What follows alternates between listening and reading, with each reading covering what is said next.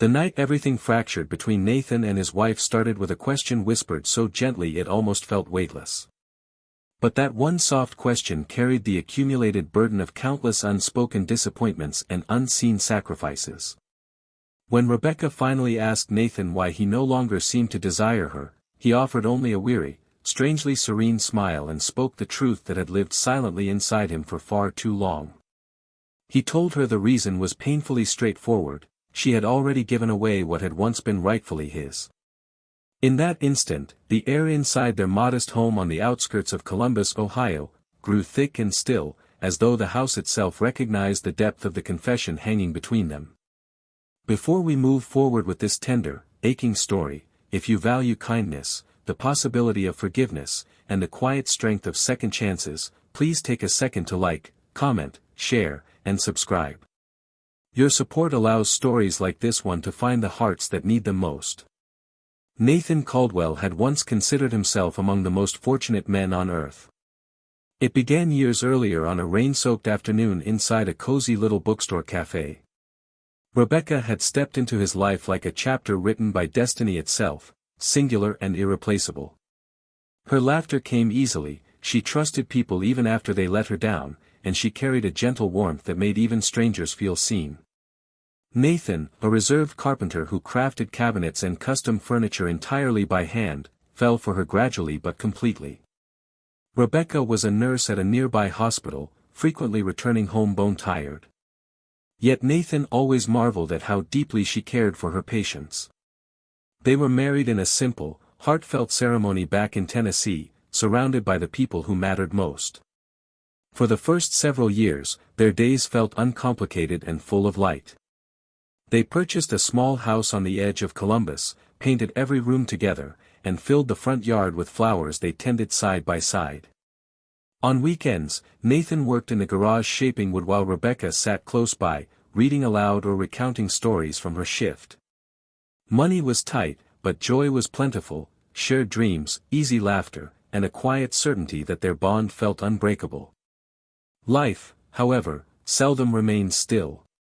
When Rebecca's mother fell gravely ill, the balance tilted sharply. Rebecca's younger brother Andrew had battled addiction for years and offered no help. Their father had died long before. Overnight, Rebecca became the sole pillar keeping her family from collapse. She started sending money to Andrew for rent, utilities, and endless debts, while also covering mounting medical bills for their mother. At first, Nathan didn't object. He loved her and wanted to stand beside her. In the beginning, he even admired her selflessness. She picked up extra shifts at the hospital, he accepted more carpentry commissions to keep their own roof secure and lights on. But gradually, something vital began to slip away. Rebecca's attention, her energy, her tenderness, slowly, almost imperceptibly, drifted from their marriage. Her phone vibrated constantly with urgent pleas from Andrew. Her mind seemed permanently elsewhere. She worried without pause, rushed without rest, and poured pieces of herself into everyone except the man who had always stood quietly at her side. Nathan never voiced resentment.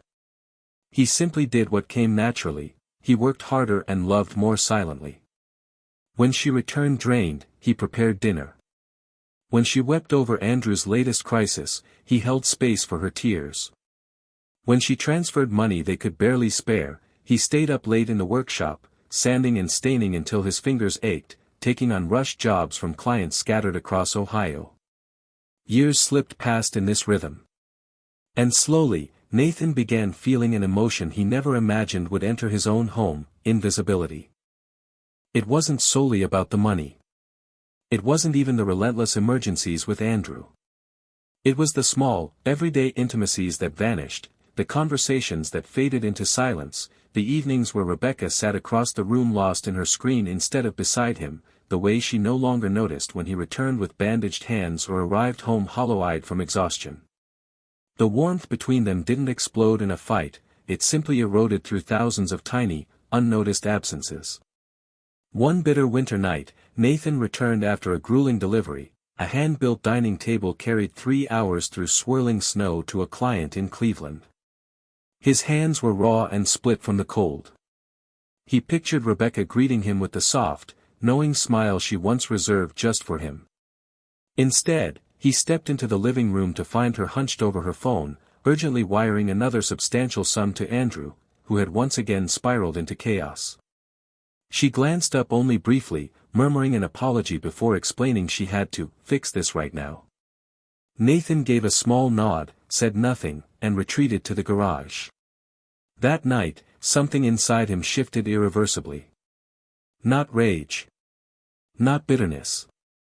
Something quieter, heavier, the clear understanding that Rebecca had gradually surrendered all the emotional territory that once belonged to their marriage. Years later, the slow accumulation of that drift finally broke the surface on the evening this story began. Rebecca had finally sensed the growing chasm. Nathan no longer reached for her in the dark. He stopped proposing quiet date nights. He ceased trying to bridge silences that always widened. So when she asked, voice trembling, why he no longer wanted her, Nathan didn't shout or accuse. He simply told her the truth: the attention, the partnership, the love he once needed from her had been quietly redistributed, piece by piece, to everyone else. Rebecca sat frozen. For the first time in years, she truly saw their shared life. She remembered early mornings when Nathan brewed coffee and sat beside her in comfortable quiet before the day began. She remembered late nights when he repaired leaky faucets or loose floorboards so she could rest without worry. She remembered how he always took her side, even when family members questioned her endless giving. And in that painful clarity, she understood, Nathan had never stopped loving her. He had only stopped struggling for space in a life where no room remained for him. The silence that followed stretched long and heavy. Yet within that silence, something fragile emerged: understanding. Rebecca began to see the years of invisible devotion she had overlooked. She saw the man who had remained steady without ever demanding recognition, without issuing ultimatums, without once threatening to walk away. She realized that while she had fought to save her family of origin, she had slowly been losing the person who had always been her truest home. The weeks that followed were not simple. Rebecca made hard choices. She drew firm boundaries with Andrew, refusing to bail him out of every consequence. She cut back on overtime. For the first time in years, she arrived home early simply to be near Nathan, even if words came slowly at first. Nathan noticed the shift, but wounds mend gradually, trust rebuilds at the pace distance once grew. Some evenings they sat together on the porch, watching the sun sink behind quiet rooftops. Other nights, Nathan invited her into the garage to see a new piece taking shape under his hands. Conversation crept back. Laughter returned in small bursts. And most importantly, presence returned. Rebecca came to understand that love is not only sacrifice, it is also the daily choice to notice and cherish the person walking beside you. And Nathan, though guarded, began allowing his heart to soften once more. If this story has stirred something inside you so far, please leave a comment and share where you're watching from. Your words matter more than you might realize. Months later, on a gentle spring evening, Nathan and Rebecca knelt together in their front yard, planting new flowers just as they had during their first year married. It carried a quiet symbolism, not a perfect reset, but a strengthened foundation. Rebecca had learned that love doesn't always vanish. Sometimes it simply waits patiently in the shadows, hoping to be remembered. And Nathan had discovered that painful honesty, spoken without cruelty, can occasionally rescue what prolonged silence slowly dismantles. Before we close this chapter, one small request: if you believe relationships can endure missteps and emerge stronger, type the word hope in the comments below. Because not every broken thing signals the end. Some bonds become deeper when two people finally recognize what truly holds value.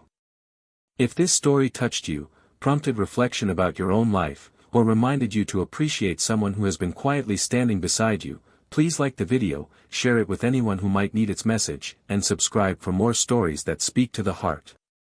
Sometimes the most healing words in a marriage aren't dramatic declarations. Sometimes they are simply the gentle realization that love is still present, quietly waiting to be chosen.